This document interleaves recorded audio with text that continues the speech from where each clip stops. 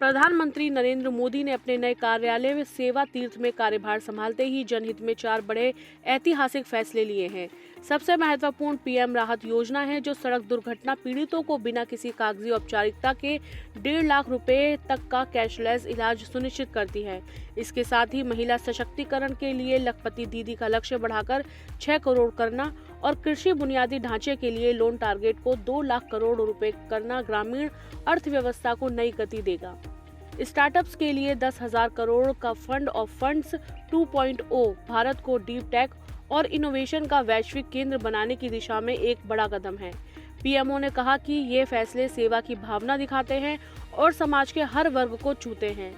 PM Modi ने PM road accident victims hospitalisation and insured treatment शुरू की है, जिसके तहत पीड़ितों को 1.5 लाख रुपए तक का कैशलेस इलाज मिलेगा। इससे यह सुनिश्चित होगा कि तुरंत मेडिकल मदद न मिलने की वजह से किसी की जान ना जाए।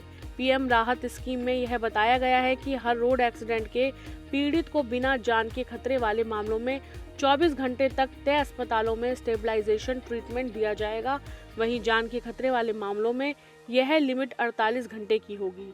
पीएम राहत योजना सड़क दुर्घटना पीड़ितों के लिए एक सुरक्षा कवच है, जिसमें 1.5 लाख रुपए तक का कैशलेस इलाज पूरी तरह सरकार द्वारा दिया जाएगा। इसकी सबसे बड़ी खूबी यह है कि इसमें किसी पंजीकरण, बीमा या आय प्रमाण की आवश्यकता नहीं है। पैनल वाले अस्पतालों में शुरुआती 7 दिनों तक मुफ्त चिकित्सा और डिजिटल रीइंबर्समेंट की सुविधा जान बचाने को प्राथमिकता दी है। पीएम ने लखपति दीदियों की संख्या बढ़ाने के लिए प्रस्ताव को भी मंजूरी दी है। पीएमओ ने कहा कि सरकार ने 3 करोड़ लखपति दीदियों का आंकड़ा पार कर लिया है, जो मार्च 2027 की तय समय सीमा से 1 साल से भी ज्यादा पहले है।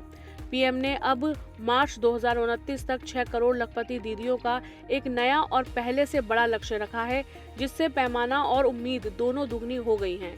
सरकार ने एग्रीकल्चर इंफ्रास्ट्रक्चर फंड का लोन टारगेट दोगुना करके 2 लाख करोड़ रुपए किया है।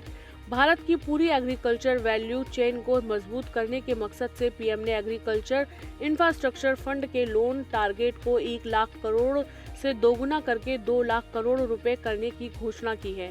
भारत के इनोवेशन इकोसिस्टम को पावर देने के लिए खासकर डीप टेक, शुरुआती स्टेज के आइडिया, एडवांस मैन्युफैक्चरिंग और ब्रेक थ्रू टेक्नोलॉजी में पीएम ने 10,000 करोड़ रुपए के कॉर्पस के साथ स्टार्टअप इंडिया FOF 2.0 को मंजूरी दी है।